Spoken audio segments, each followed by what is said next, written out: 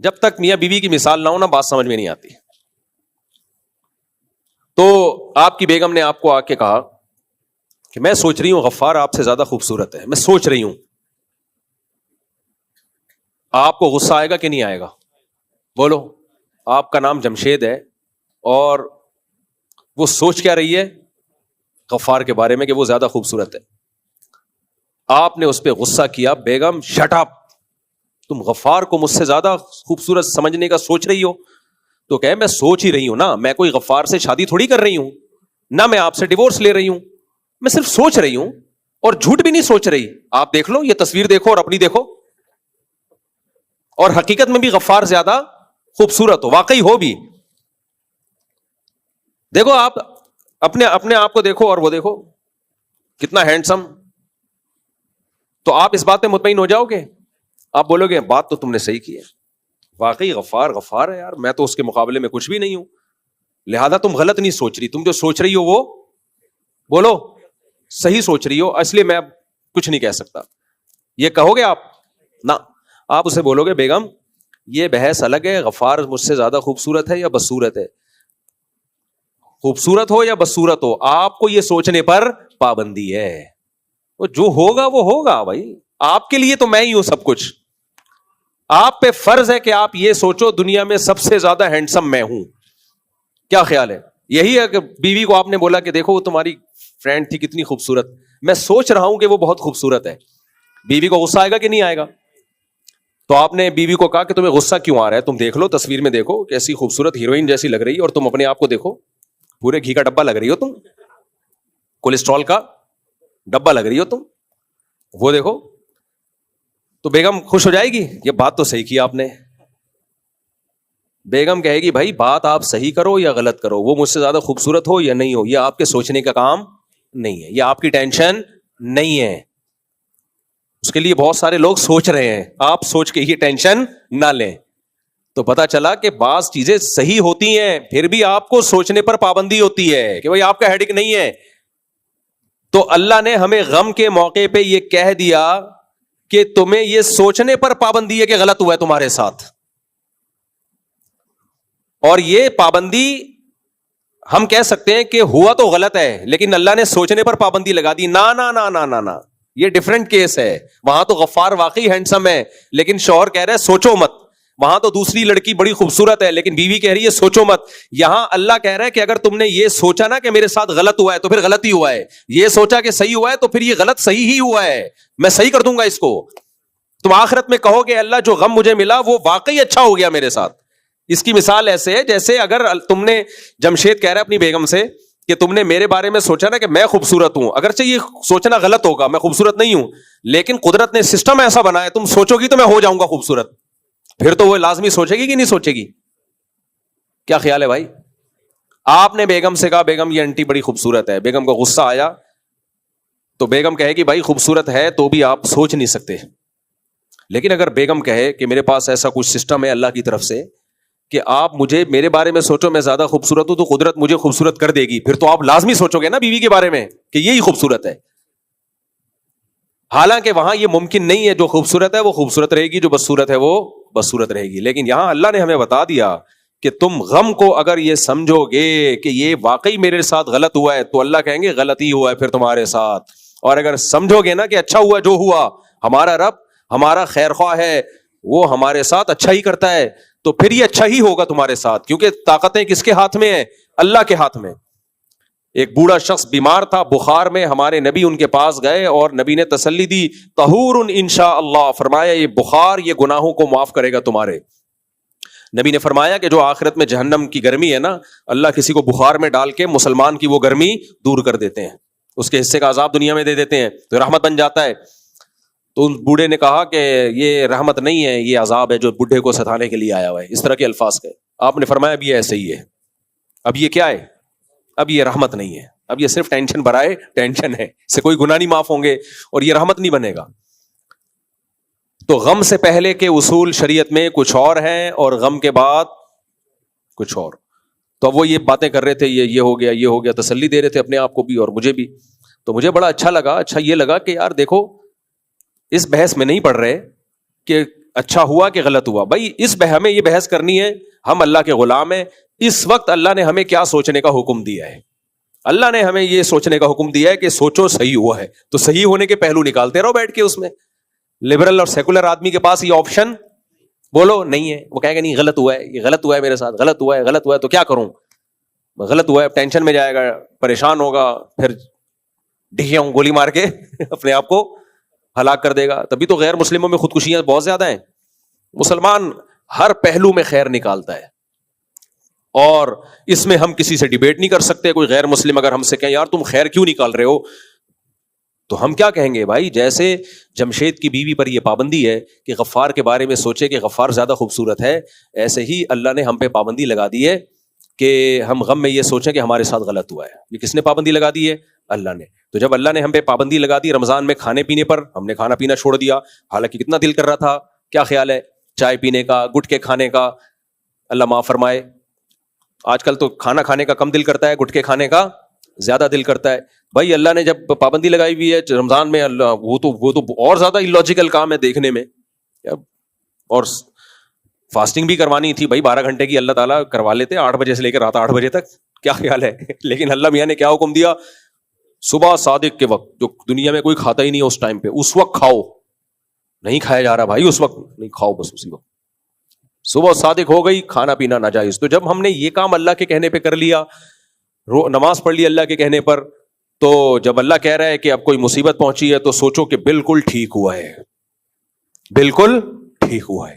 ہاں اللہ کی ایک رحمت یہ ہے کہ اگر ہم یہ سوچیں بالکل ٹھیک ہوا ہے تو پھر رو تو سکتے ہی نہیں ہے.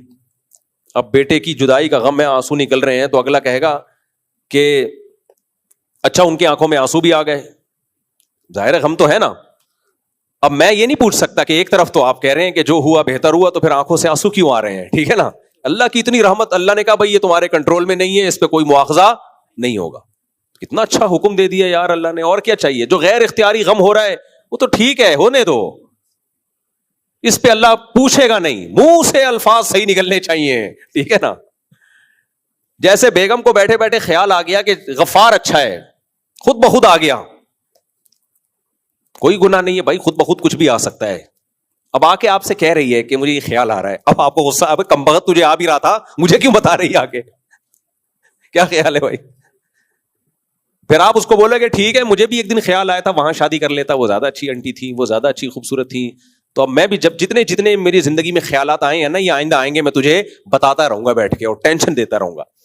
تو اللہ تعالیٰ نے نبی صلی اللہ علیہ وسلم کی نواسی کا جب انتقال ہوا تو آپ کی آنکھوں سے آنسو, آپ نے فرمایا کہ دل غمزدہ ہے, حدیث کا مفہوم پیش کر رہا ہوں, اور آنکھوں سے آنسو ہیں, لیکن زبان وہ کہے گی جس پہ ہمارا رب راضی ہوگا, زبان وہ کہے گی. تو اس لیے غموں میں انسان کا پتہ چلتا ہے بھائی کتنا دین ہے, کتنا دین اندر کیا ہے. جو غم اور خوشی, یہ دو چیزیں ایسی ہیں, اندر کا انسان نکل کے باہر آ جاتا ہے.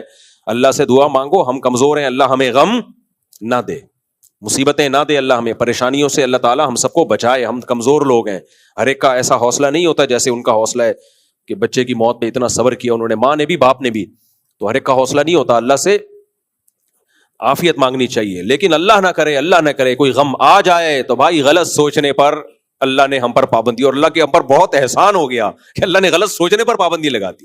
اللہ نے کہا تم صحیح سوچو گے, بالکل صحیح ہوا ہے, ٹھیک ہے نا, اسی میں خیر ہے, اسی میں خیر ہے تمہاری.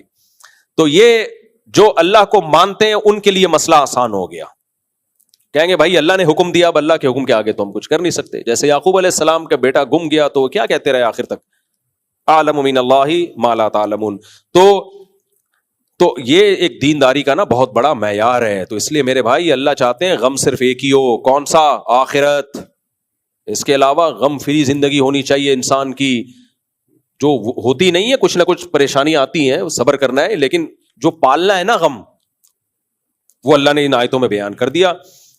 فرمایا کہ یہ لوگ کیا ہیں, ان الانسان خلق هلوعا اذا مسه الشر جزوعا واذا مسه الخير منوعا الا المصلين الذين هم على صلاتهم دائمون والذين هم لفروجهم سے پہلے والی آیت میں کیا تھا کہ والذين هم من عذاب ربهم مشفقون, کہ یہ ڈرتے صرف ایک چیز سے ہیں, وہ آخرت کے عذاب سے.